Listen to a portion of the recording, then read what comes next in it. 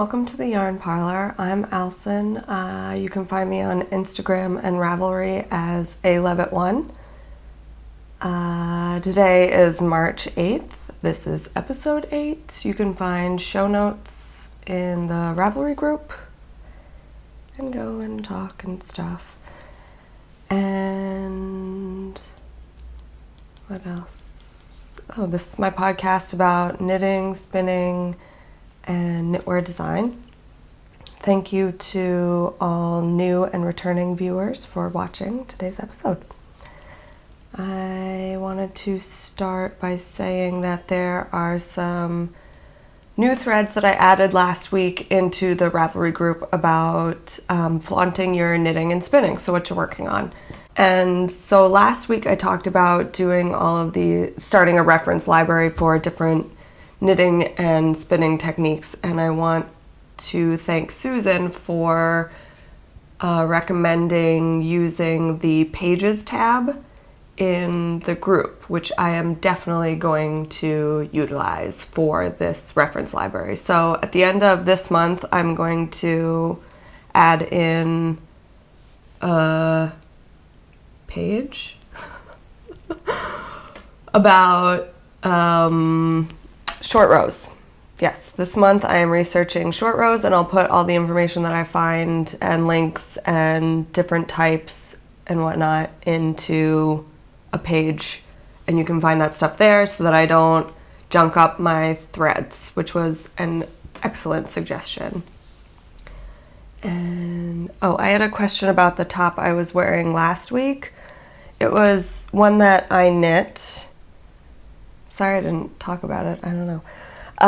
It's one I knit out of Tahki Yarns Ripple, and I knit it horizontally, which was in this direction, with the neck over here, and put in a slight neck shape and armhole shape, so it kind of was like this. Tahki Ripple is 100% cotton, and it's a thick and thin yarn, and I liked the fabric that it produced with a large needle, how the thick bits kind of get stuck and make it all uneven. Make the stitches uneven. Sorry. I make a pattern for everything, and I looked everywhere and could not find my notes for this, but if you're interested, I will definitely count stitches and rows and stuff and give you a general recipe on how I knit this. I like this top. It's nice and airy, and I Kitchenered the seams so it's all one continuous piece, so it drapes really nicely on either side. There's no seam there to stop it from dropping on the bottom. It does stretch out a bit, like even now it's grown like 5 inches. But if I were to knit this again, I probably would knit maybe a little bit tighter. I really like this fabric. So what I just kind of do when I'm wearing it is I'll stretch it back out widthwise, and it kind of shortens it up again, which is a little bit of a pain, but the things we do for knitting and wearing our hand knit goods. So I might tighten the tension, but and then I just linked at the shoulders, didn't outseam link to give it a little bit of that texture, kind of a rougher texture. So yeah, it was almost knit like a cowl with a little neck shape and armhole shape on the one side, and I didn't shape the bottom hem. So yeah, if you're interested in like a rough recipe on how I made this, I will definitely share. I'll count the stitches. I mean, it's probably, I don't know, like 50 or something. That I just totally made that up. But it's not hard for me to figure out like a quick recipe on how I made this. I can't believe that I couldn't find it though, because I usually write a pattern before I knit anything. I don't just start knitting stuff, so it's really weird that I couldn't find it. Moving on. If you are interested, I can totally make up something. I finished my February socks right before podcasting. So my February socks are Mystik Spiral, Nothing Says Screw You Like a Rainbow, White Birch Fiber Arts, in 80 Superwash Merino 20 Nylon. I used the Collage needles, US 1 2.25. Disliked those needles. I will not be using them again because the joints are too sticky. They're not good joints.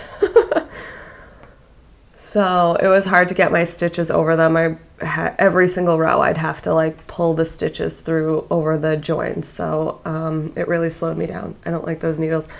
I'm actually using them on another project with a bigger size needle, and I don't find it as obnoxious, but with the smaller stitches, it didn't work out well. So I'm not writing those needles off completely. I just did not like them with sock knitting. I did Jenny's surprisingly stretchy cast off, bind off, whichever you want to call it. And this is Mystik Spiral pattern by Ryks, which I've talked about in past episodes on any, what is it called? Modifications that I made. And I put them in my projects page. I think I put all of them in there, but I started out with 60 stitches and increased to 66 at the instep and then back down to 64 for the leg. And here's my double rainbow heel on my second sock, which I thought came out really cool. Except for that little tiny stripe right there, but that's okay. But there it is, caked up. It's cute, I really like it. And I would definitely buy another skein of this. It was really fun to work with, and it came out really cute. I'm also entering into Kristen from the Yarngasm podcast's boxosoxKAL. It's a year-long KAL. You need to have at least 12 pairs, and if I do 1 pair a month, which I'm planning to do anyway, I should be able to enter that. So I found my box. It's my shoe box. And so with February socks, I now have 2 pairs. A whole 2 pairs of socks done. So that's what I'm going to do with those. If you're looking for sock inspiration, you should totally go over into her Yarngasm podcast group and check the thread for the boxosoxKAL because there are so many. I was in there last night for like an hour looking at socks because there's about 43 pages of socks. I am working on my exploration station, which I'm keeping in one of my bags. This is that's so cute. This is the Charlie Harper fabric, the Nurture fabric. And here's my exploration station. So Eric from Sticks Plus Twine is doing an exploration station knit along. And section 1 started March 1st and ends March 10th.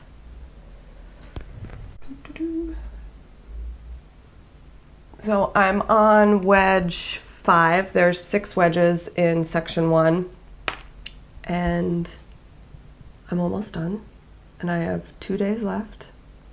And then section 2 starts, which is the brioche stitch, and that goes until March 20th. So 10 days to do the brioche section. Not sure if that's enough time, but we'll see how it goes. I think I might actually finish this KAL on time. And it's mostly due to the fact that I've put like everything else on hold to make sure that I get it done.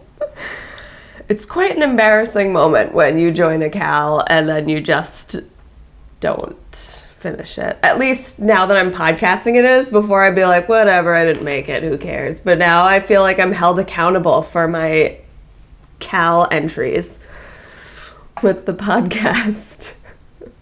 So if I don't finish it, don't beat me up over it. Yeah, so the yarns are, my A is Spook, which is Hedgehog Fibers sock base. It was their October sock club yarn. Beautiful purples, the new term for purple. Rusts and pink. It is 90% superwash merino, 10 nylon.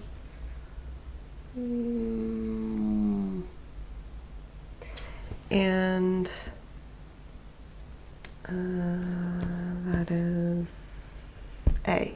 B is Stimpy Lab. I think it's the Goosebumps colorway. And it's a single ply.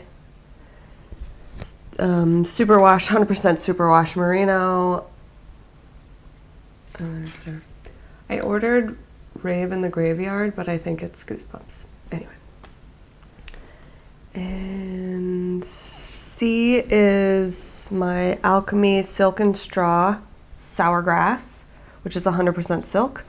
And I'm pairing it with Boo's Garden Alchemy Haiku, which is a mohair silk, which is a 40% silk, 60% mohair, and I'm knitting those together because the silk is, it's such a harsh contrast with all of the other wool fluffy yarns that, and it's the silk and straw, and it's really shiny and it's very brittle and not hairy.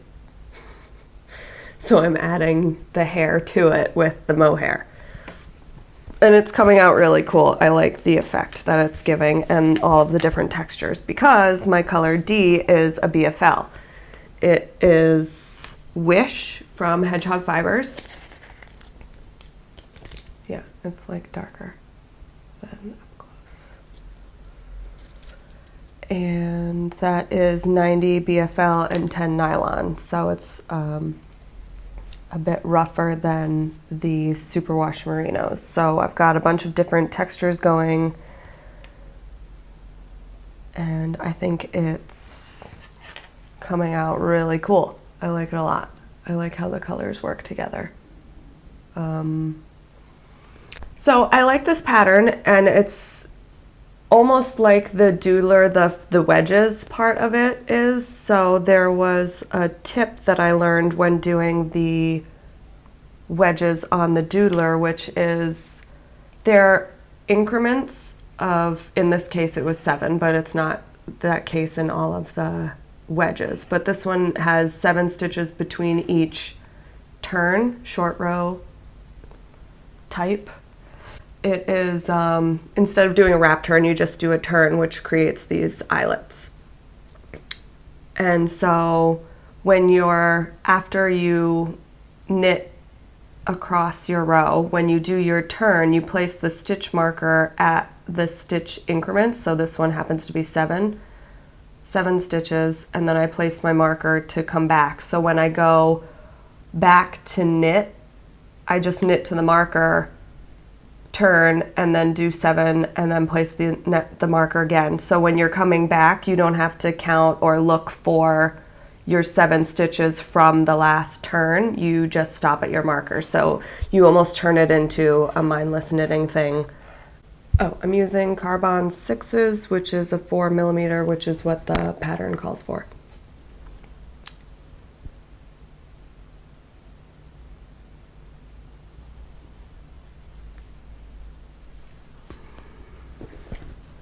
My next WIP is my Baktus shawl.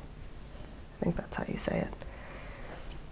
And it's being knit out of, oh, I just broke my zipper ball. Dang it. It is my Baktus shawl, and I'm knitting it out of my hand spun. I just started it on Sunday, so I only have a little done. And this is my hand spun from my Hobbledehoy batlings. It's organic Polworth, bamboo,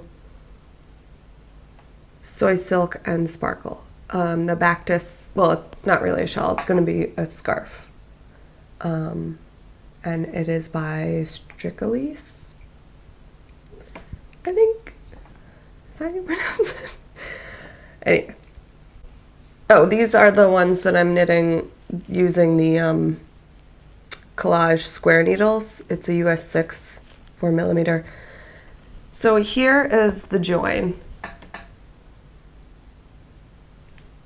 that I would get stuck with my socks on. It's not a very nice join, but with a larger needle, like I said, I'm not having a huge problem with it. So I only have this little bit done, but I'm kind of purposely knitting it slower so that I really take my time and look at the yarn that I produced. It was a joy to spin, and it's a joy to knit with. It's such an easy pattern that I didn't want to just have a mindless knitting type of garment with this one, since it is my first hand spun that I'm turning into something. So I wanted to knit it slower and really pay attention to the yarn that I'm using, and it's been really fun. It's been like a stress-free, joyful, it's still a little mindless obviously because of the pattern, but I'm more of a process knitter anyway, not a product knitter. And because I like looking at when I'm knitting. I like looking at what I'm knitting when I'm knitting it. And I like to know how I got to the whole garment. I obviously like having a hand knit item at the end and wearing it, but I like the process more of how I got to that point, like the construction purposes.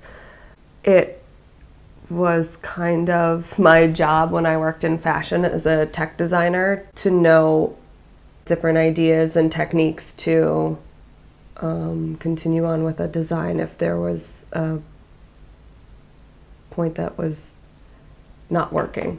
It was easy for me to come up with something else. So I enjoy the construction aspect of making something more than having something. Anyway, so I'm really taking my time with this and having fun with it. I wanted to point out that you can tell my inconsistencies with the jaggedness from it's like thin and then thick, and it makes it jagged on the increase edge. I think you can see that. But then when I get more consistent, the angle of the stitching on the increase side is more even. I thought that was kind of funny. But I just love this. Obviously, I've talked a lot about it. And then here's my cake. I didn't knot any of the little skeins that I showed the last time. I just caked it all together, so. So I've worked with hand spun yarn before, but mostly like art yarns. I like crazier art yarns that are hand spun. So I haven't really worked with anything like this before. So I think that's another reason why I'm really like taking my time and looking at what I'm knitting and just enjoying it. And next is my March swatch challenge yarn, which is kept in my house yarn bag with all of my little RVs. My parents have an RV and they travel around, and so I originally bought this for my mom for Christmas, and then when it came in, I ended up buying her a different one because I like this one so much. I don't think my mom watches this show, so maybe she will know this. Okay, so I'm using the Woolfolk yarn for March. It is their snow base, which is a 2-ply marled yarn. They have, I think Far is their 2-ply. Actually, I don't know if it's 2-ply or not, so don't quote me on that. But it's their other fingering solid base. This one happens to be all marled, and this was released last fall, I believe. And here's the stockinette that I've got so far. Knitting this on US 4s, 3.5 millimeter, which is the largest suggested needle size.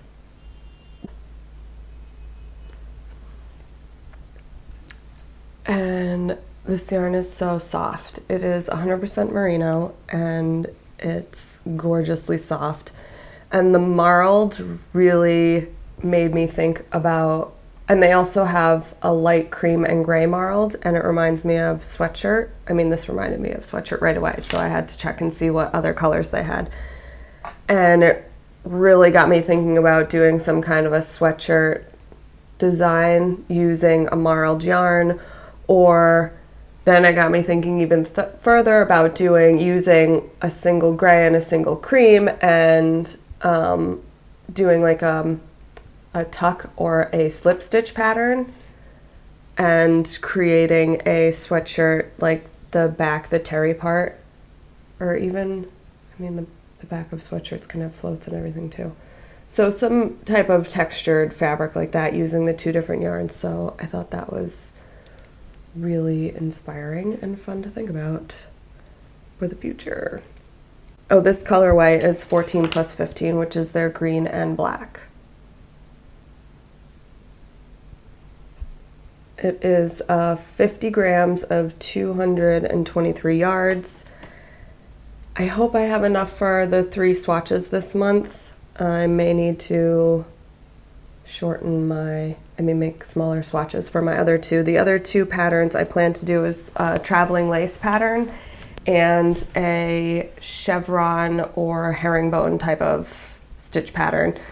And the reason for that is because at first I was like, oh, textured. Like I want something like a Mystik rib stitch or a textured stitch like that. But there are plenty of examples of that in Ravelry, and I really wanted to use this challenge to also come up with things that I might not see that often to know if a traveling lace pattern in marled yarn would look cool for a design, or if it was a complete disaster, at least it's just a swatch that I wasted my time on. So those are in the works, or up next, if you will. This yarn is Woolfolk. There is the tag. And the color. So when I read this out the last episode, it says on the label 100% Ovis 21 Ultimate Merino. And I was like, that's really interesting. And I don't know much about the Woolfolk company itself. So I decided to do a little research. And Woolfolk was started by Kristen Ford. And she, last summer, she did an interview on the Woolfolk podcast, episode 30, I believe. I'll link it in the show notes, which was a nice interview. And Ovis 21 is based in Argentina, and it's a company that is sustainable, uses sustainable and ethical practices of raising sheep. And not only that, they focus on grasslands evaluation. And they also do training programs for this to keep the businesses sustainable. They do a select breeding process that creates this ultimate merino, is what they've trademarked their merino as, because it's a finer micron. I think it's 13 point, no. 13.5 or 17.5, and I'm thinking it's 17.5. Should have written that down, which is also in like the cashmere range, so that's why it's so soft, because of the smaller micron. And Woolfolk is the only hand knitting yarn company that uses the Ovis 21 fibers. Unfortunately, in my searching, I also found that PETA did a video about their Ovis 21's practices on sheep shearing, and we all know those are some gruesome videos. They put out this video last August, and two of Ovis 21's well-known companies, Patagonia, the clothing company, and Stella McCartney, the fashion line, stopped using them. Stopped using the Ovis 21 fibers because I think a lot of it has to do with the hate mail that they got from customers and keeping this, they also are sustainable and ethical companies themselves, and they just didn't want their names tarnished with this PETA video. I did more digging, and I even went out to Kristen last night about what her next steps are if she's going to be staying with them because of this video. And she is going to be staying with them, and as Ovis has been doing their own digging and research on the PETA video, a lot of those clips have been from past videos of theirs and from North America and Australia. Two of their farms were in that video, is what I found, or what they're saying. Kristen was very fast in getting back to me, and like I said, she's going to be staying using the Ovis 21 Ultimate Merino fibers, and she was also letting me know that through their program, they're quite a transparent company, and she gets like a tracking certificate, or at least knows what farms her fiber came from, and it wasn't the two farms that were in the video. And she's obviously keeping a close eye on this now that this video's come out, and I'm not giving this information as a here's my opinion one way or the other, but it is something that I found when looking up about Ovis 21 and this Ultimate Merino, because I had never even heard of it, so I might as well share with you guys what I found. And I'm not saying this to be a downer, I'm just relaying information that I found on the yarn company. But Kristen was very nice and extremely helpful in letting me know the information that she has found and why she's sticking with the company. Next is my March socks, which I haven't started yet, but now that February is done, I can start my March socks. And I think for my March socks, since I am planning to knit an over-the-knee sock, such a long sock, I'm going to give myself March and April to work on them, while also doing my April socks. But I wanted to give myself a longer timeline because I just don't want to rush with these things. The more I rush, the more I become uninterested, and I don't want that to happen with this. So my March socks are Gnome Acres, Rabbit Season, Duck Season, Doppelganger. So it's like this camouflage colorway with the Doppelganger is this orange. And I had some left over from my dad's socks. That's really blowing up the screen. I had some left over from my dad's socks, so I have extra, which is why I want to make over-the-knee socks or a longer sock. Plus, there's so much yardage in these Doppelganger sets that she sends. It's 460 yards of the base color, which is rabbit season, duck season in this case. And she labels it Don't Get Shot Orange here, which is 300 yards. But on her website, it's like Caution Orange or something.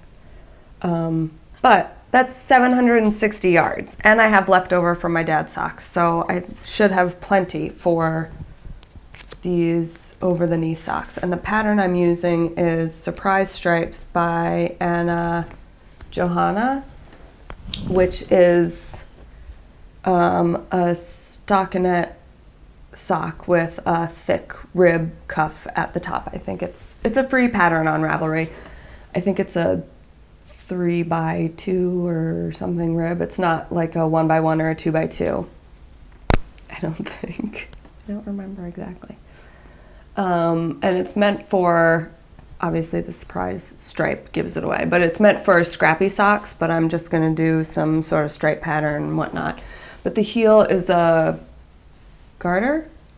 Yeah, short row garter, which with this monthly sock challenge, I'm trying to do different heels and toes. So that's the pattern that's the style of heel that's found with the pattern. So I'm excited to do that because I've never done that before. And then the toe, I think I didn't look at the pattern so much to check out what toe it is, but I found a rounded, it's called the Seam Free Rounded Toe, which is another free pattern, and it's by Lynne Ashton. So I think I might try doing that toe and just seeing if that works out well, the rounded shaped toe that she came up with, which is, as she says in her pattern, is more of a recipe and not a pattern. But so that's my heel and toe variation for this month's socks. And on to spinning. Oh, I'm going to use, for this month's socks, I'm going to use ChowGoo's 2.25. I love ChowGoo's. I like how sharp they are, and I like the strength of the cable. But who was it? Somebody was, for my podcaster publicity today, I will be sharing Socksetera. She was talking about the type of needle that she uses because somebody asked her a question about that, and she said that she didn't like ChowGoo's because the cable is too strong, and that's generally why I like ChowGoo's, but it's understandable with socks when you're doing a turn and whatnot, you want it to be a little bit more flexible. So I'm going to be paying attention to the cable when I'm knitting with these to see if I feel the same way. So for spinning, not that one. I spun half of my Rolag, what is it? From Up on Poppy Hill, and that's from Bumblebee Acres Fiber Farm. And here's my yarn. I spun it long draw on my spindle, my drop spindle. Now normally long draw is spun, when spun on a spindle, is spun on a supported spindle, but you can do this horizontal draw, is the same as a long draw on a spinning wheel, or it's close to, the effects are close to. So I had a lot of trouble with this long draw, and I'm gonna try to add a video of me doing this long draw, but if I don't put that in here. Okay, so here is my quick video on the horizontal or long draw on my drop spindle. Somebody had mentioned they leave a pretty good leader because you're going to eventually just be holding it this way, so you don't want to be so close to your spindle it doesn't allow you the time to actually draw. And I flick. I haven't tried thigh roll yet to start my spin. So you'll flick and then you hold it up with these two fingers, and this lets the twist in at the angle, and then you draw with your fiber supply hand, and you move your fingers to let the twist in, and then you draw some more. And usually when I'm drawing, I hold the twist because I have a problem with it getting too much into the fiber supply. So I'm wiggling my fingers like that to allow the twist in. Hold on a second. I wiggle my fingers to let the twist go around, and then you draw with your fiber supply hand to either thin out or draw more fiber out. Oops, there. So this is how I do the long draw on my drop spindle, the horizontal draw, I should say. I will absolutely add the video that I found. It's actually on YouTube, but I found it through Blaine Fleece and Fibers. Well, technically it was the Knitting Broomsticks Spinning thread, where Blaine Fleece and Fibers Sheepy Lumos put in a lot of helpful tips and tricks. So if you're learning how to spin, definitely check that out. But she puts in the video of horizontal draw, and it's a beautifully done video, and he does it so well, and I don't. So my drop spindle dropped a lot trying to do this long draw because I couldn't, the twist, I would either add too much twist where it would go too far into my fiber supply, or it wasn't enough twist and then it would just break off or become really thin. So I've got definitely more thick and thin yarn from this. See, there are the slubby bits, thick and thin. And it was just harder for me, so I need to practice. And I've heard from a lot of people that it's a bit of a hard technique to do on the drop spindle. I think it's a hard technique to do even on a spinning wheel from what I've heard from the videos that I've watched. So most people do a supported long draw instead of just the long draw. Another thing that I learned when I was watching all of these rolag spinning videos is that when a lot of people start by breaking their rolags in half so that you automatically have this drafted piece out for you. So I thought I'd just share that in case that's something you'd be interested in trying. What else? Oh, and then I'm going to, I don't know if I said this, but I'm going to do the other half and make a sample of a 2-ply out of this yarn and see if that's how I want to spin the rest of the rolags. That will be another very slow process because this long draw is a little bit hard for me. So yeah, I'll hopefully have that sample for you next week. And then here is my loop bump spinning, which doesn't seem like it's grown from like 2 weeks ago when I showed you, but it has, I promise. And I'm thinking about taking this and see, this is where it broke off, so that's where I left it. And I think I'm going to chain ply. Well, that's what I wanted to do, is chain ply this loop bump that I have. And so I'm thinking I'm going to do that sample this week as well, and so I can show that to you. But here is my loop bump. Here's the little, I didn't realize this is how it was processed in this tiny strand. So it's so easy to spin such a fine yarn. But it's got a whole bunch of the hot pink, obviously, and then to the lighter pinks, and then to white. I love this, but understandable as to how long it really takes somebody to spin a loop bump. It's forever. But, so hopefully I'll have the sample of the chain ply, which is what I want to do with it, for you next week to show off. And on to podcaster publicity. So today, like I said earlier, I want to talk about soxKAL, which is Shannon, and she's from Canada.